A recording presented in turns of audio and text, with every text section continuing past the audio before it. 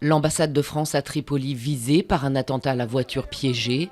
2 gendarmes mobiles ont été blessés dans l'explosion qui a provoqué d'importants dégâts. François Hollande attend de la Libye que toute la lumière soit faite sur cet attentat, le premier contre des intérêts français depuis la chute de Mouammar Kadhafi.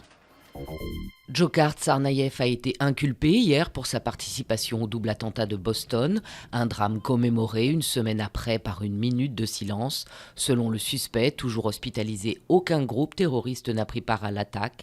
Au Canada, en revanche, la police a déjoué un projet d'attentat dirigé par Al-Qaïda et visant un train.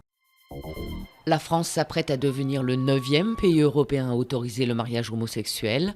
L'Assemblée doit adopter cet après-midi le projet de loi, toujours combattu par les antis, comme hier soir à Rennes où une centaine de veilleurs ont entonné un chant de l'espoir. Nouvelle poussée de fièvre entre la Chine et le Japon. Une flottille chinoise est entrée dans les eaux des îles Senkaku, une manœuvre fermement dénoncée par Tokyo. Elle coïncidait avec une visite massive de parlementaires japonais dans un sanctuaire symbole pour Pékin du militarisme nippon. Une affiche de rêve pour les aficionados du ballon rond. Le Bayern Munich affronte le Barça pour la première demi-finale de la Ligue des Champions. Un choc entre 2 poids lourds qui veulent tous deux décrocher un 5e titre de champion d'Europe.